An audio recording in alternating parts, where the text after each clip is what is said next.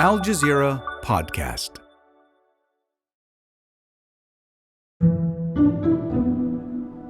Hisham Awardani has a long road of recovery ahead. In an interview with PBS, Elizabeth Price, Hisham's mother, said he may never walk again after he was shot.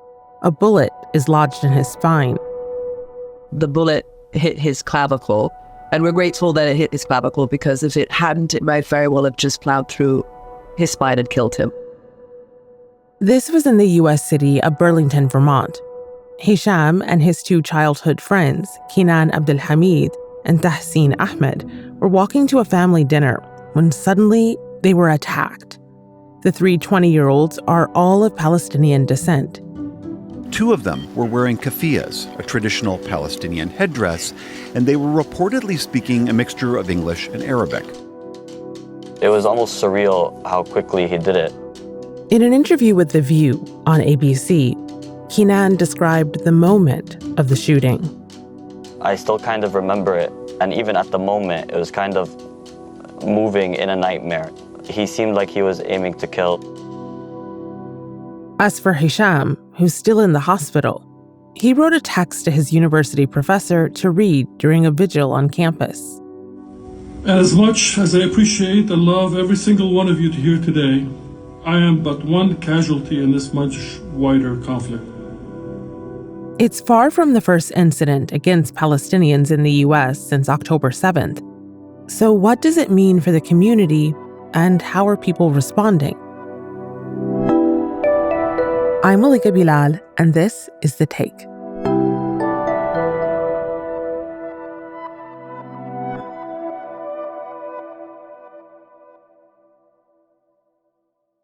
The incident in Burlington is another in a growing number of documented attacks against Arab Americans and supporters of Palestine. It is a melting pot, but not of terrorists. I have not done anything to you, and you are sitting here cursing at me and yelling at me, so. I'm wearing a scarf and I'm getting attacked because apparently I'm a terrorist. We're going to put big signs here that say this guy believes in Hamas. We killed 4,000 Palestinian kids. You know what? It wasn't enough. Advocacy groups have been collecting reports of incidents of bias and violence for weeks now.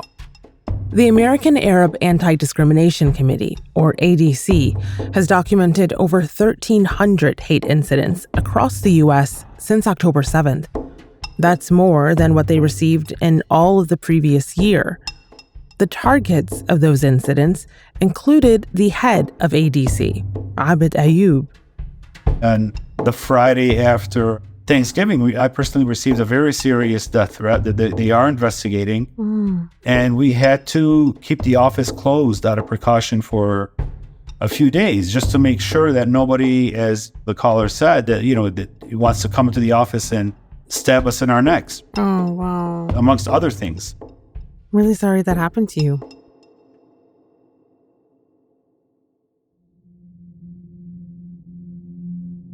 So, Abed, thank you for taking the time to talk with me today because I know you have been very busy over these last few weeks.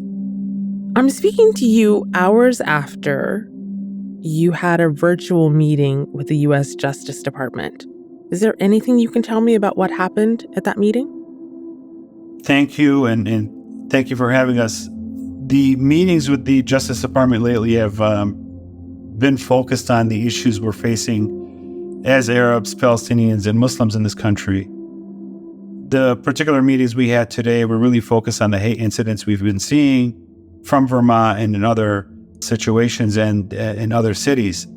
The meeting itself was a reaffirming of the position that DOJ is taking seriously all allegations of hate and all suspected hate crimes. They will be pursued and they will be investigated, and that's what we are asking for. But I know DOJ does have to go through the motions, and so does the state of Vermont before they can bring those charges. But we're cautiously optimistic that we are moving in the direction of hopefully getting hate crimes charges in Vermont. The way that you told me that story, I think it will be obvious to our listeners that this is not unusual for you. But since most people do not know what it even means to get a call from the DOJ, Walk me through how that happened. Well, we communicate regularly with DOJ. The phone calls from the department come often when we are in a crisis and at all hours of the day. At times we'll get phone calls at 11 in the evening or past midnight, if there is a crisis that is facing the community. And this does happen on the regular, and it's a way to keep the communication and the dialogue between our community and the lawmakers, the law enforcers in this country going. There is a lot of disagreement. There are a lot of things we think they can do better. But when it comes to enforcing hate crimes laws and going after those that are threatening our community, they do seem committed. So it is a tense time, and it's a time where that dialogue and conversation between the Department of Justice and our community is important.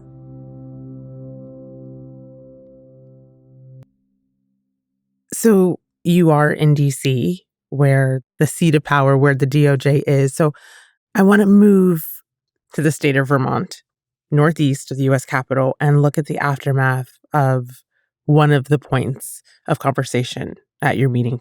And of course, that is the shooting that made headlines. Now, police have arrested 48-year-old Jason Eaton, and they've charged him with attempted murder, and he's pled not guilty. What more can you tell us about what happened that night? It was a very tragic night and a very tragic evening. I think we're finally starting to hear from the victims themselves and from gaining an understanding of how traumatic this was and how the impact it's going to leave on them for the rest of their life. Here's Kenan's mother, Tamara Tamimi, on The View.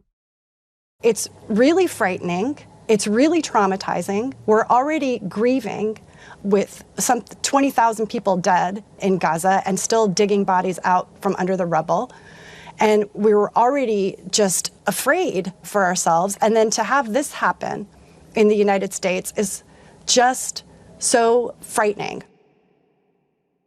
It really is a sad situation. And when you hear the victims and you understand the story, it becomes even clearer that they were targeted for wearing the kafid. The shooters just walked home, didn't say anything, just opened fire. That shows that it is a hate crime. That shows the only thing that was on his mind was, these guys are wearing a kafid, they're Arab, they're Palestinian, and I am going to shoot them. That's how it played out. And it's something that's going to really impact the community and something that shows the level of hate we're facing as Arabs, Palestinians, as Muslims in this country. This is Wafic Faour. He's a member of Vermonters for Justice in Palestine, and he lives near Burlington. The first reaction as a father, I felt on despair. Both my kids are similar age to those young Palestinians. Both my kids, they wear kufiyas and they walk on the same streets in Burlington that these three Palestinians gunned down for no reason but a hate crime. More on the climate of fear all this is creating after the break.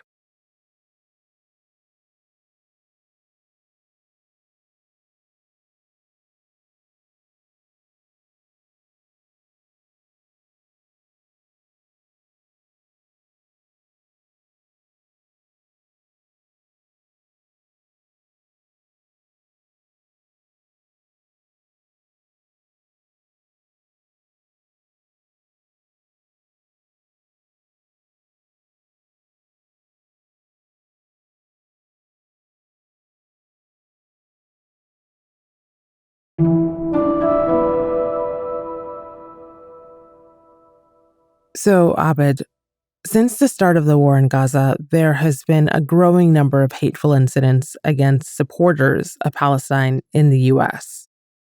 And for many Muslims and many Arabs, it evokes this post-9/11 climate of fear and of tension and just of not knowing what might happen next. What can you tell me about the rise of these incidents? Because I know you've been collecting stories, you've been collecting examples of things that people send you. The rise of incidents, the rise of hate crimes that we're seeing now, the numbers are on par with 9/11, maybe even a little bit higher. But the numbers don't tell the full story. What we saw after 9/11 is a discrimination and the hate that this country has seen for generations. And Arabs are not the first, and Muslims are not the first to face it post 9/11. It's existed, it's been there. The main difference is this. After October 7, the hate, the incidents, and the bigotry we're seeing is more sophisticated and more structured. And that's not something the Arab and the new Muslim immigrant communities are used to in the US.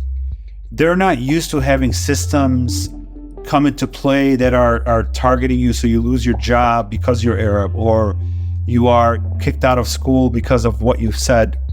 These campaigns against us are organized, well-funded, and something we haven't faced as a community, targeting individuals for their political views and for who they are and what they believe in. This used to happen on an individual basis, cases here and there, but now it is far wider and has been scaled to really impact a lot more of our community members. There is an effort to silence the community and silence anybody that speaks up against, Zionism or speaks up against the actions of Israel. And these entities have been given an opportunity to, formulate their campaigns, put their campaigns together with no pushback.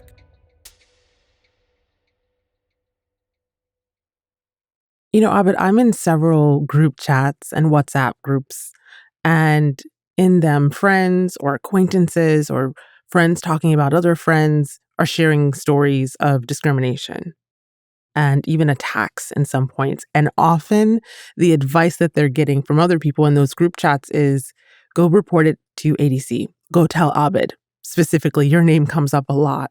Huh. So first of all, what does it feel like to be the person who is the clearinghouse for so many of these incidents? How are you coping with that?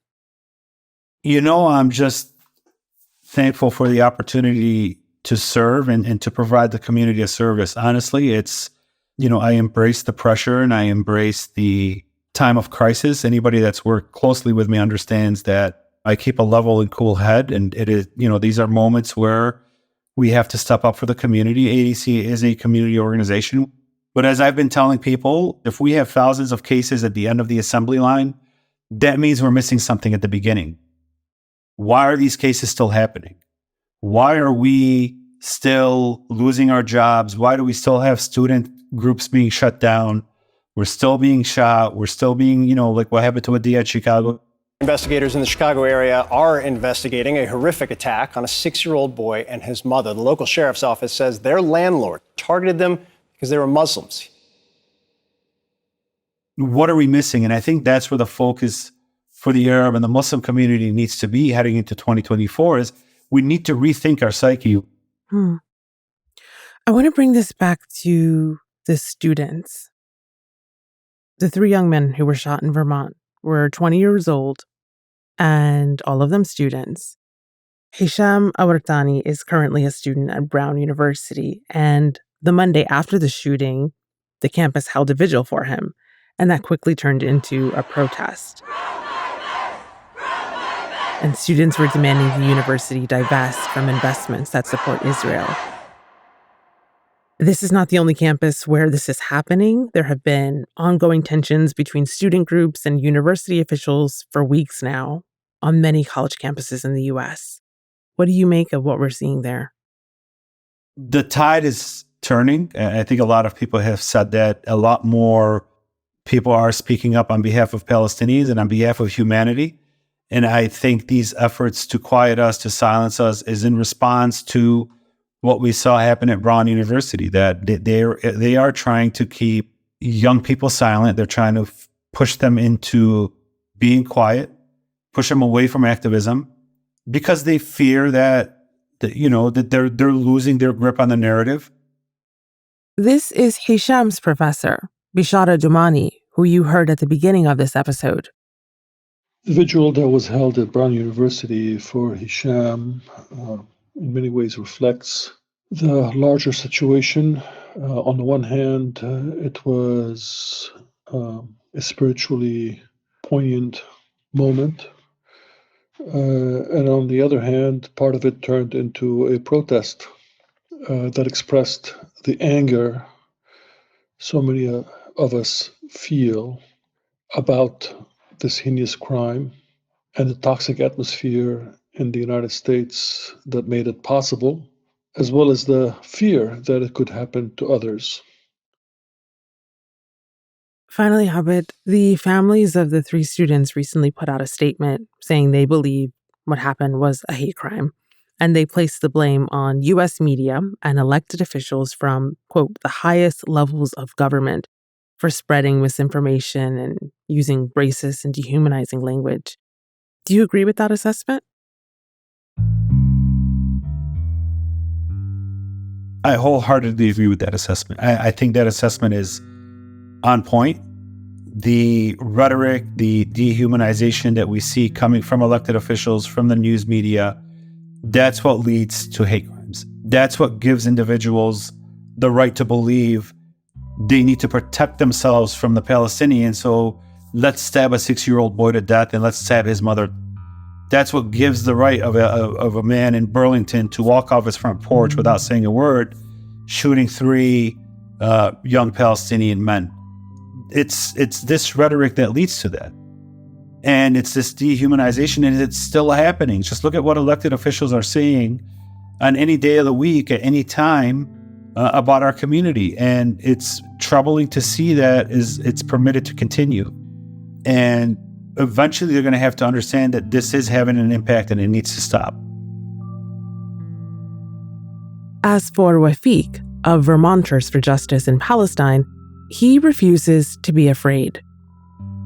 We want our voice to be heard because any hate crime is to silence the victims and the supporter of that victim. And for that, my community and our solidarity groups here in Vermont will never be silent.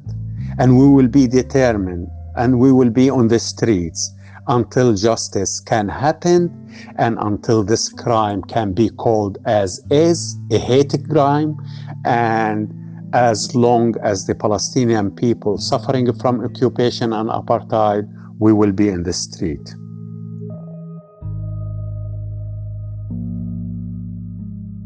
And that's The Take. This episode was produced by Sonia Bhagat and Chloe K. Lee, with Fahrinisa Campana, David Enders, Sari Al-Khalili, Amy Walters, Khalid Sultan, Miranda Lynn, Ashish Malhotra, Zainab Bazar, Nagin Oliayi, and me, Malika Bilal. Alex Roldan is our sound designer. Alexandra Locke is The Take's executive producer, and Ney Alvarez is Al Jazeera's head of audio. We'll be back.